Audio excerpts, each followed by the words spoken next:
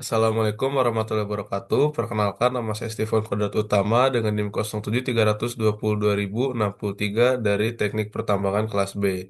Pada kesempatan kali ini, saya akan mempresentasikan mengenai tugas UTS dari Teknologi Pemanfaatan Batu Bara.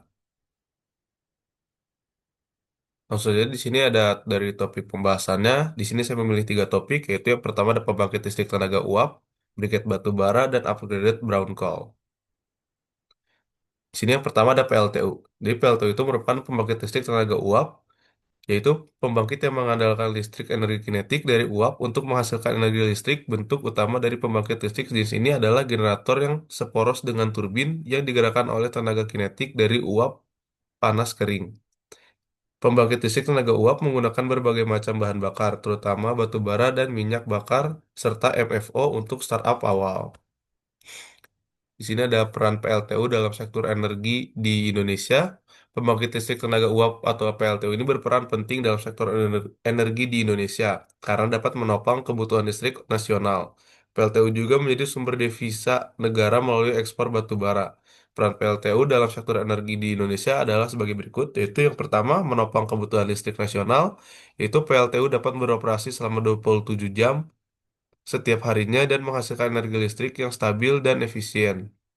Lalu dapat menjamin pemasukan listrik dalam jangka panjang, yaitu PLTU memiliki kapasitas pembangkitan yang tinggi dan stabil. Lalu yang ketiga, menopang pertumbuhan ekonomi, yaitu batu bara merupakan sumber energi utama yang menopang pertumbuhan ekonomi. Lalu yang terakhir, menjadikan sumber devisa negara, yaitu batu bara juga menjadi sumber devisa negara melalui ekspor. Lalu di sini ada sumber energi yang digunakan dan didominasi oleh batu bara. Sumber energi primer pada pembangkit listrik tenaga uap batu bara adalah batu bara itu sendiri. Umumnya batu bara diperoleh melalui kontrak jangka pendek dengan pemasok ketersediaan batu bara yang ditentukan oleh jumlah pemasokannya. Pemasok batu bara dapat membatalkan secara sepihak penyediaan batu bara jika harga batu bara berubah dan menyebabkan pemasok mengalami kerugian secara ekonomi. Keadaan tersebut dapat menyebabkan tidak adanya jaminan bagi ketersediaan batu bara. Batu bara yang diterima dari pemasok juga dapat bervariasi kualitasnya karena jumlah pemasok yang banyak. Selama nilai kalori yang ada pada batu bara masih memenuhi persyaratan, maka batu bara akan disediakan oleh pemasok tersebut masih dapat digunakan dalam pembangkitan listrik pada pembangkit listrik tenaga uap batu bara. Lalu di sini ada dari jenis batu bara yang digunakan. Jadi klasifikasi batu bara itu berdasarkan kualitasnya. Batu bara itu sendiri diklasifikasikan menurut peringkat atau rank yang mencerminkan kandungan karbon, kelembapan, dan nilai kalorinya. Urutan peringkat batu bara dari kualitas rendah hingga tertinggi yaitu lignit, subbituminus, bituminus, dan antrasit. Perubahan material tumbuhan menjadi gambut yang kemudian berubah menjadi lignit. Seiring dengan pertambahannya suhu dan tekanan, lignit mengalami perubahan secara bertahap menjadi batu bara subbituminus. Kemudian bituminus dan sebagai peringkat tertinggi menjadi antrasit. Sebagai gambaran saja, batu bara bituminus berkualitas tinggi dapat memiliki nilai kalor sekitar kurang lebih 6.800 kalori per kilogramnya, sedangkan subbituminus kualitas yang rendah sekitar 5.000 kalori per kilogramnya. Batu bara dengan peringkat yang lebih tinggi atau antrasit umumnya lebih keras, memiliki kandungan karbon yang lebih banyak, tingkat kelembapan yang lebih rendah, dan menghasilkan energi yang lebih banyak. Nah, di sini ada dampak kualitas batu bara terhadap efisiensi di PLTU. Kualitas di batu bara sendiri ini mempengaruhi efisiensi pembangkit listrik, di mana batu bara peringkat rendah dengan kelembaban yang tinggi dan nilai kalori rendah memerlukan pembakaran dalam jumlah lebih banyak untuk menghasilkan energi yang sama. Jika tidak diimbangi dengan teknologi yang tepat seperti boiler CFB atau sistem pengeringan, efisiensi boiler dapat menurunkan karena energi terbuang untuk menguapkan air. Sebaliknya, batu bara dengan nilai kalori yang lebih tinggi, efisien dibakar dengan kebutuhan udara yang lebih sedikit, meskipun harganya jauh lebih mahal. Oleh karena itu, pemilihan teknologi yang sesuai menjadi kunci dalam menjaga efisiensi pembangkit listrik sesuai dengan jenis batu bara yang digunakan. Lalu di sini ada teknologi dari pembakaran batu bara di PLTU. Yang pertama di sini ada pulverized coal combustion atau bisa disingkat PCC, yang merupakan metode pembakaran batu bara yang paling umum digunakan pada pembangkit listrik tenaga uap dengan skala besar. Dalam sistem ini, batu bara terlebih dahulu digiling menjadi serbuk halus menggunakan coal pulverizer untuk memungkinkan pembakaran yang cepat dan merata di dalam boiler. suhu pembakaran yang tinggi antara 1300 hingga 1700 derajat Celcius membuat proses ini sangat efisien, namun juga berpotensi meningkatkan emisi nitrogen oksida. Oleh karena itu, diperlukan teknologi tambahan seperti low NOx burner atau selective catalytic reduce atau bisa disebut SCR untuk mengendalikan emisi tersebut. Lalu selanjutnya ada Circulating Fluidized Bed atau CFB, yaitu metode pembakaran batu bara yang memanfaatkan aliran udara untuk menghapuskan partikel padat seperti batu bara yang dihancurkan kasar, pasir, dan batu kapur sehingga membentuk lapisan fluida. Pembakaran berlangsung pada suhu yang rendah sekitar 800 sampai 900 derajat Celcius yang secara signifikan signifikan mengurangi emisi nitrogen oksida. Dibandingkan teknologi PCC tadi, CFB juga mampu membakar berbagai jenis bahan bakar termasuk batu bara berkualitas rendah dan biomasa tanpa mengorbankan efisiensi. Selain itu juga penambahan batu kapur ke dalam material bed memungkinkan penyerapan sulfur dioksida secara langsung selama proses pembakaran, sehingga mengurangi emisi gas asam tanpa memerlukan sistem desulfurisasi tambahan. Selanjutnya yang ketiga ada ultra supercritical boiler atau USC, yaitu merupakan teknologi pembakaran batu bara canggih pada PLTU yang beroperasi dengan tekanan dan suhu uap sangat tinggi, lebih tinggi dibandingkan supercritical boiler. USC boiler bekerja pada tekanan kurang lebih 25 MPa dan suhu di atas 620 derajat Celcius, menghasilkan efisiensi thermal lebih dari 45% dibandingkan dengan boiler subkritikal. Teknologi ini dapat mengurangi konsumsi batu bara hingga 15%, sehingga lebih hemat bahan bakar dan menghasilkan emisi CO2 serta polutan lain yang lebih rendah. Teknologi ini telah diterapkan pada PLTU modern seperti PLTU Jawa yang menjadi PLTU pertama di Indonesia yang menggunakan USC untuk meningkatkan efisiensi dan mengurangi dampak lingkungan. Di sini ada teknologi untuk pengendalian emisinya. Yang pertama ada elektrostatik precipitator dan baghouse. Jadi ESP ini adalah teknologi yang menggunakan medan listrik untuk menangkap partikel debu. Efisiensinya mencapai 99,9%, namun biaya instalasinya dan perawatannya cukup tinggi. Baghouse filter menggunakan filter kain untuk menangkap partikel debu. Teknologi ini efektif untuk partikel halus dan biaya operasional relatif lebih rendah. Lalu yang kedua ada desulfurization, flue gas desulfurization, atau bisa disingkat FGD. Jadi FGD ini digunakan untuk mengurangi emisi SO2 dengan cara mereaksikan gas SO2 dengan batu kapur. Ada dua jenis FGD yaitu wet FGD atau dan dry FGD dengan efisiensi yang mencapai 90-98%.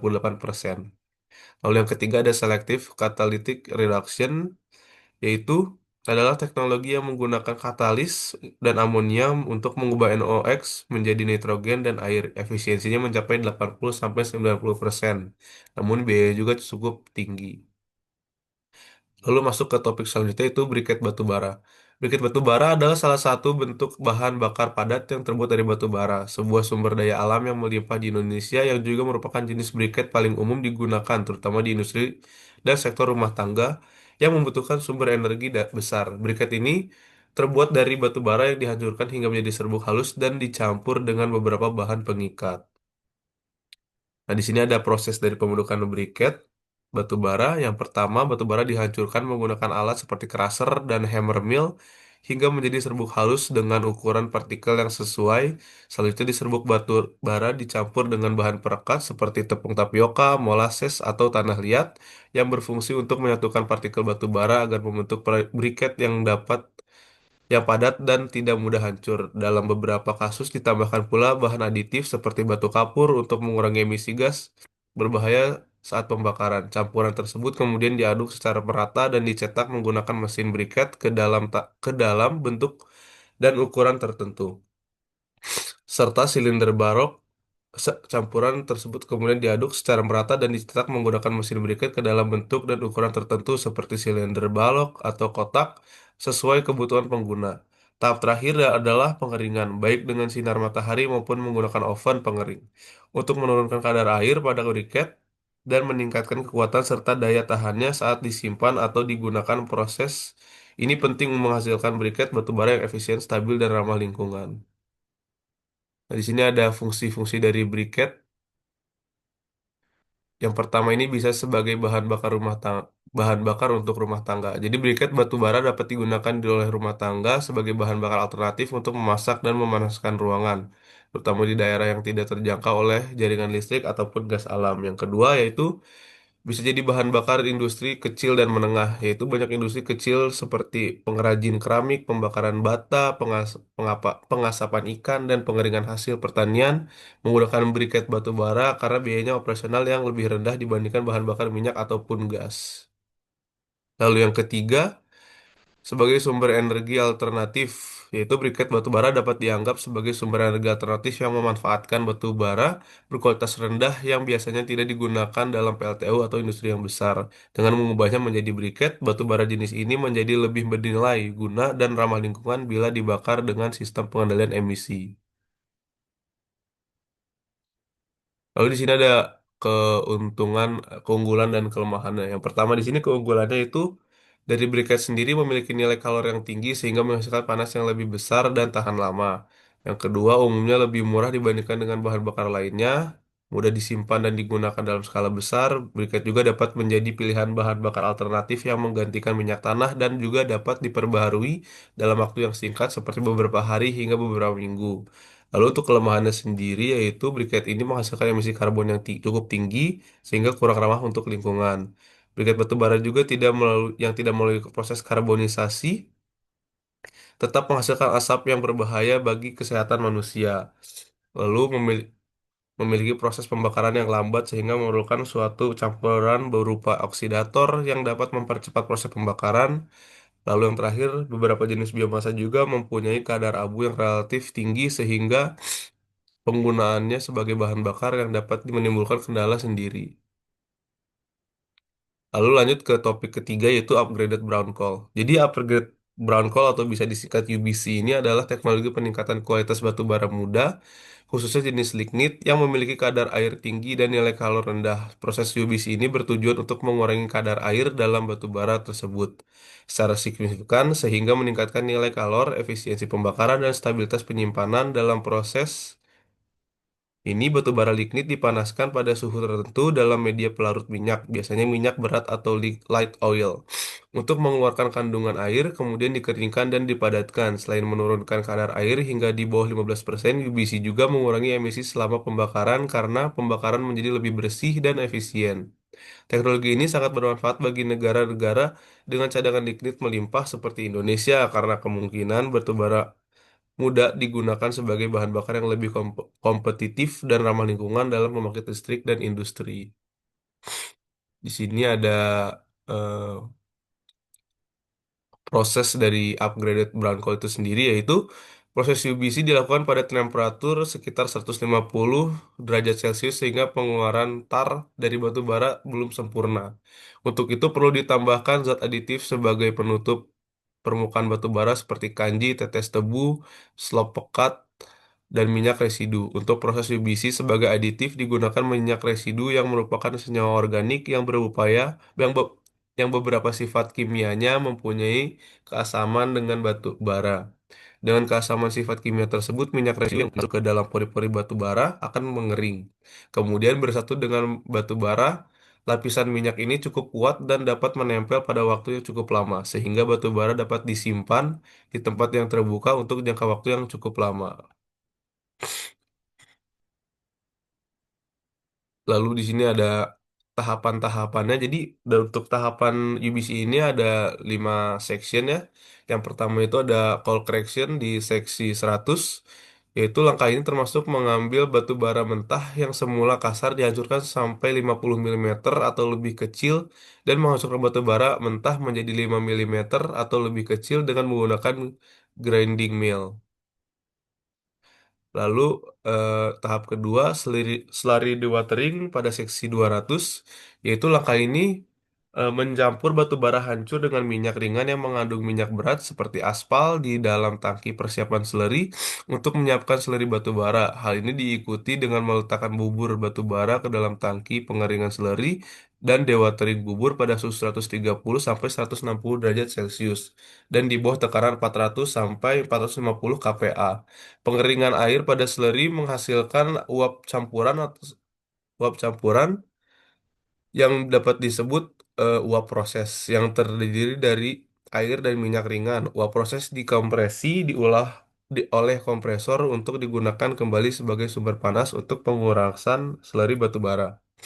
Lalu pada tahap ketiganya, solid atau liquid separation pada seksi 300, yaitu langkah ini termasuk memindahkan selari batu bara yang diairi ke pemisah sentrifugal kontinu untuk memisahkan slurry cake dari minyak ringan. Minyak ringan ini lalu dikembalikan ke tangki pengionan minyak dan digunakan kembali sebagai minyak ringan untuk persiapan selari.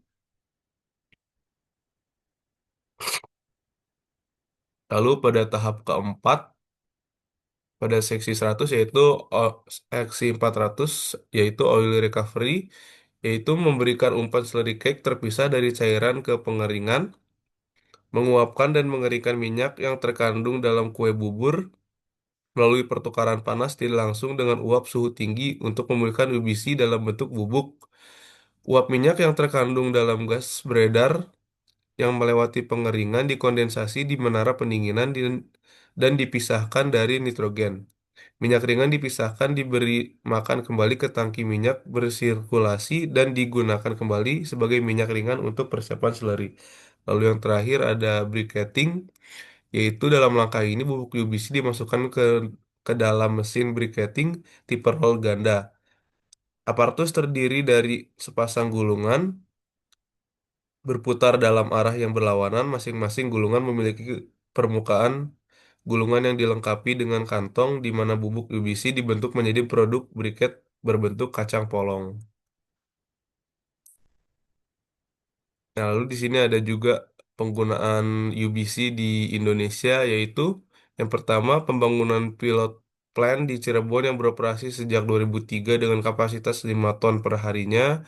Lalu ada pada tahun 2006 pabrik skala demo dengan kapasitas 1000 ton per hari dibangun dan dimulai beroperasi pada tahun 2008. Lalu pada yang ketiga, pabrik skala komersial dengan kapasitas 5.000 ton per hari diharapkan mulai beroperasi pada tahun 2010, lalu pada tahun 2025 diharapkan ada 14 pabrik UBC dengan kapasitas total 24 juta ton per tahunnya. Sekian presentasi dari saya. Mohon maaf bila ada kesalahan. Wassalamualaikum warahmatullahi wabarakatuh. Terima kasih.